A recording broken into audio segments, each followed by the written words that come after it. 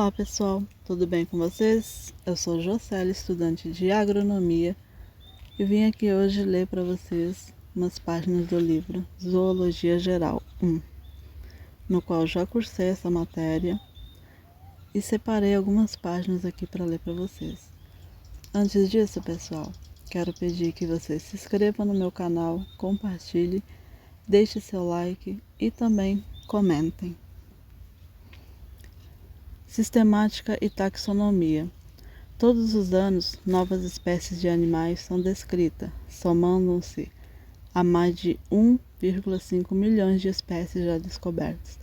Cientistas estimam que este número corresponde a menos de 20% de todos os animais existentes e menos de 1% de todos que já existiram.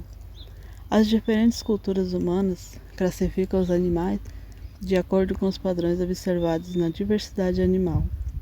Os biólogos organizam essa diversidade de um modo hierárquico, de acordo com as relações evolutivas que podem ser observadas pelo compartilhamento de características homólogas, ou seja, que compartilham uma mesma origem no desenvolvimento e na evolução. Este ordenamento é chamado de sistemática. A ciência da taxonomia, lei da ordenação, organiza os organismos em grupos hierárquicos e produz um sistema formal para nomear e agrupar espécies. A sistemática classifica os animais em um critério guiado pela teoria da evolução de Darwin. Os animais que possuem um ancestral comum mais recente compartilham mais características em comum e são agrupados mais recentemente no sistema taxonômico. Linnaeus e a taxonomia. Carolus Linnaeus foi um botânico sueco com grande talento para coletar e classificar organismos. Linnaeus produziu um sistema hierárquico de classificação cuja base ainda é utilizada nos dias de hoje. Atualmente, os animais estão categorizados em 7 níveis diferentes, sendo eles, em ordem decrescente de abrangência: reino, filo, classe, ordem, família, gênero e espécie. Pode-se ainda subdividir cada uma dessas categorias, formando subgrupos como superfamílias, infraordens, subclasse, etc. A classificação aplicada na sistemática agrupa organismos que compartilham uma característica em comum, denominada essência. Deste modo, animais que apresentam essa essência tornam-se integrantes do grupo, e os que não a possuem são excluídos. O sistemata, cientista que atua no ramo da sistemática, deve-se considerar em sua classificação que os organismos vivos mudam ao longo do tempo, ou seja, eles evoluem. Portanto, as classes taxonômicas definidas por um sistema incluem um ancestral comum e todos os seus descendentes, ou seja, todos aqueles organismos que compõem um ramo da árvore da vida. A variação de caracteres ao longo das gerações é uma das características utilizadas para se determinar a descendência comum. Entretanto, não é necessário que este caractere essencial seja mantido na linhagem para considerá-lo como um táxon. Deste modo, o papel das características na taxonomia e na sistemática é fundamentalmente diferente. Para a classificação taxonômica, leva-se em consideração a existência ou não da características que definem um grupo. Na sistemática, analisa-se a hipótese da característica ser oriunda do ancestral comum, mais recente de um táxon em particular. O sistema criado por Linnaeus para nomear cientificamente as espécies é denominado de nomenclatura binominal e ainda é utilizado nos dias de hoje. Nesse sistema, cada espécie é representada por um nome em latim, composto de 2 palavras, grafados em itálico ou sublinhado. A primeira palavra consiste no nome do gênero do grupo, um substantivo com a inicial em maiúsculo. A segunda palavra representa o epiteto específico, geralmente um adjetivo particular para cada espécie, dentro do gênero, e é grafado com todas as letras minúsculas. Conceitos de espécie. Nos dias atuais, os cientistas utilizam critérios consistentes para a definição de espécies. Apesar de grande discordância acerca de sua natureza, em primeiro lugar, os membros de uma mesma espécie devem compartilhar um ancestral comum. Além disso, estes organismos devem compartilhar características comuns a todos eles, seja morfológicas, cromossômicas ou moleculares. Por fim, membros de uma espécie devem formar uma comunidade reprodutiva que inclui membros de outras espécies. As espécies apresentam variações em sua ocorrência espacial e temporal. Diferentes espécies variam nessas duas grandezas. A distribuição geográfica de uma determinada espécie varia ao longo do período evolutivo, e ela pode ser contínua ou disjunta. Esses fatores influenciam na identificação das espécies. Diferentes conceitos de espécies ajudam-nos a solucionar diferentes problemas. O conceito tipológico ou morfológico de espécie foi criado antes do darwinismo e assume que espécies são entidades discretas e imutáveis, sendo definidas por características fixas, em geral morfológicas, criadas por arquetipos ou divinamente. Neste caso, os cientistas reconheciam espécimes tipo, que eram depositados em museus e utilizados como referência morfológica ideal da espécie.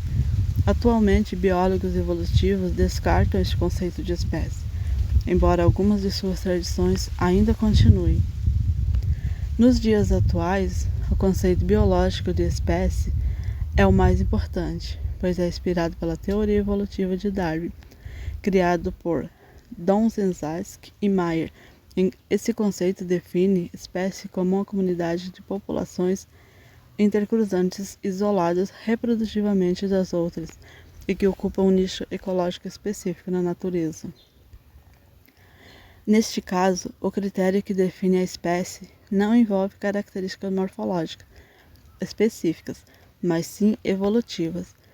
As espécies devem ser capazes de se reproduzir entre si e possuir descendência comum, além de compartilharem características variáveis. No entanto, a variação das características morfológicas, bem como outros caracteres, tais como estruturas cromossômica e genética molecular, ainda é utilizada para definir a distribuição geográfica de uma espécie. O conceito biológico de espécie ainda é alvo de críticas por algumas de suas características, por exemplo, a dificuldade em se definir espécie de populações ancestrais. O conceito evolutivo de espécie foi proposto no ano de 1940 por George Gaylord Simpson e adiciona a dimensão do tempo ao conceito biológico de espécie. O conceito evolutivo define a espécie como uma linhagem única de populações ancestrais e descendentes, que possuem identidades distintas de linhagens semelhantes, apresentando suas próprias tendências evolutivas. Para que uma espécie mantenha sua identidade própria, o isolamento reprodutivo é fundamental. O conceito evolutivo de espécie também se aplica aos organismos com reprodução assexuada, ao contrário do conceito biológico. Em 1989, o geneticista Alan Templeton atualizou o conceito evolutivo de espécie, definindo o conceito de coesão de espécie como a população mais inclusiva de indivíduos capazes de manter uma coesão fenotípica por meio de diferentes mecanismos, como fluxo gênico, qualquer movimento de genes de uma população a outra, e alterações na frequência de alelos gênicos por seleção natural e deriva genética, mudança ao acaso das frequências gênicas que, em conjunto com a seleção natural, mutação e migração, é considerada um mecanismo de evolução. O conceito filogenético de espécies enfatiza a ancestralidade em comum, definindo a espécie como o menor grupo possível de organismos com características distintas, de grupos semelhantes e que apresentam um padrão parental de ancestralidade e descendência. Em outras palavras, a espécie filogenética é uma única linhagem de população sem ramificação detectável. Este conceito desconsidera os detalhes do processo evolutivo, de modo a descrever e relacionar espécies mais facilmente, antes de conduzir estudos detalhados sobre os processos evolutivos. Teorias taxonômicas. Uma teoria taxonômica é fundamentada em princípios evolutivos e estabelece os princípios que utilizamos para reconhecer e categorizar os grupos taxonômicos. Podemos inferir a árvore evolutiva da vida, ou filogenia, que relaciona todas as espécies atuais e extintas, a partir de características observadas nos organismos denominados caracteres. A relação entre um cladograma, árvore filogenética, e um determinado grupo taxonômico ocorre de 3 modos diferentes. Monofilia inclui o ancestral comum mais recente do grupo e todos os seus descendentes. Parafilia inclui o ancestral comum mais recente do grupo e quase todos os seus descendentes. Polifilia não inclui o ancestral comum mais recente do grupo, de modo que as relações entre os taxos desse grupo só podem ser explicadas a partir de 2 origens evolutivas distintas. As teorias taxonômicas que serão discutidas adiante admitem os grupos monofiléticos e recusam os polifiléticos, diferindo na aceitação dos taxos parafiléticos. A teoria taxonômica evolutiva tradicional assume que taxons evolutivos devem apresentar uma única origem evolutiva e possuir caracteres adaptativos particulares. Neste caso, um ramo da árvore evolutiva é considerado um taxon se representar uma zona adaptativa inclusiva, ou seja, se há uma relação característica entre organismos e ambiente, com modificação de estruturas e comportamental do organismo, e apresentando um meio de vida específico.